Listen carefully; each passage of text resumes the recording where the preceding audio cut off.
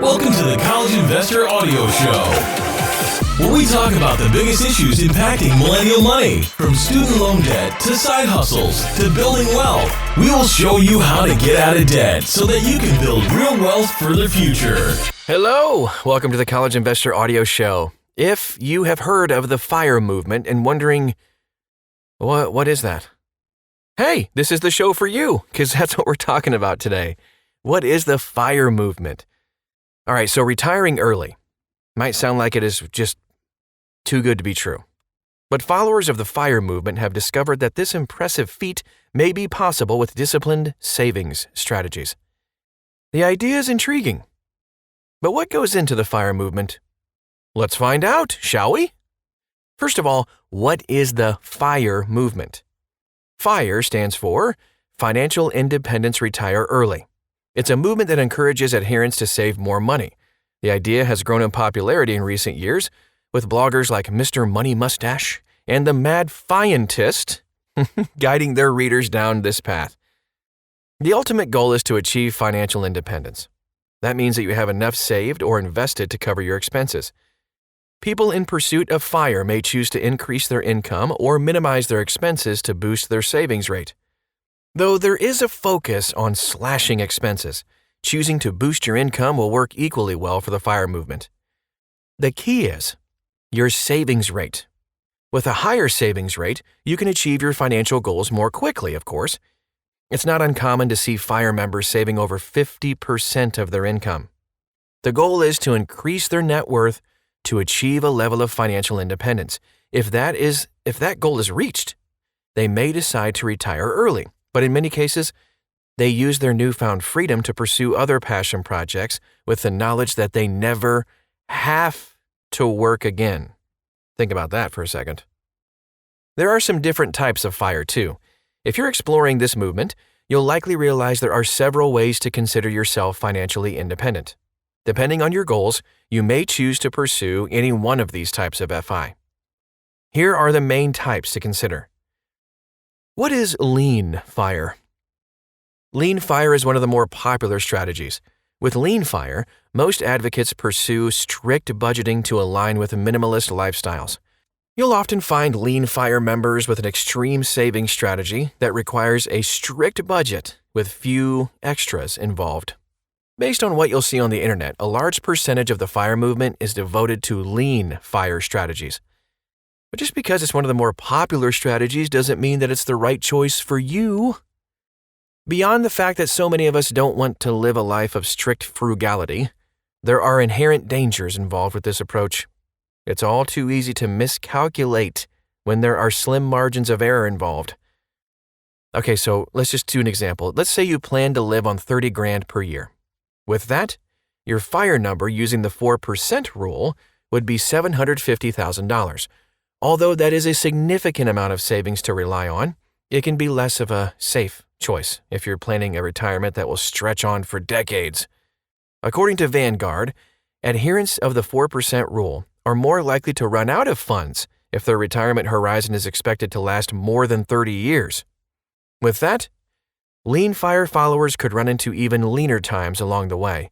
Additional factors such as rising costs, unexpected expenses, underperforming portfolios, and the potential for more taxes in the future could increase the risk of running out of money. What is fat F.I.R.E? Fat F.I.R.E can be found at the opposite end of the spectrum from lean F.I.R.E. Instead of focusing on frugality and minimalism, fat F.I.R.E followers, say that 3 times fast, but be careful, place an emphasis on earning more and living a life with the extras that matter to them. With fat F.I.R.E, it's just fun to say, "Oh, fat F.I.R.E." Members plan to have more expenses in retirement. Typically, the goal is to err on the side of caution. Although these followers may also be frugal at heart, they are unwilling to run the increased risks associated with lean F.I.R.E. If you are following fat F.I.R.E, it boils down to the idea that your retirement number will provide for an extremely comfortable life, with leeway for the unexpected costs that retirement might throw your way. What is barista F.I.R.E? I don't know, but it sounds delicious. Barista F.I.R.E is a more creative approach than straightforward financial independence. The method involves saving and investing to create an income that can cover some of your expenses. However, you choose to take on a part-time job to fund the rest of your expenses, hence barista. In many cases, people choose this path in pursuit of affordable healthcare options through an employer. If you're tired of your current job, then Barista F.I.R.E could be the way out you've been looking for. What is Coast F.I.R.E? Coast F.I.R.E is the final type of FIRE that we'll talk about today. Essentially, Coast F.I.R.E involves retiring at the traditional age of 65. However, the individual would have enough money saved and invested to assume the funds would grow to cover their retirement. So for example, let's say you have $200,000 that you've saved by the time you're 30. If you assumed a 6% rate of return, very reasonable, then you would have $1,337,217.36 when you were 65. Based on that projection, you could determine that you will have enough available to fund your retirement. With that, you might decide to never invest another dime as you coast to retirement. How does FIRE work? The concept of FIRE boils down to the idea of boosting your savings rate to accelerate your progress towards the big goal of funding your retirement. You can choose to approach the challenge by earning more or spending less. But ultimately, you'll need to increase your savings rate in one way or another. With these savings, you can invest to reach your retirement number. Typically, members of the FIRE movement choose their retirement number based on the 4% rule.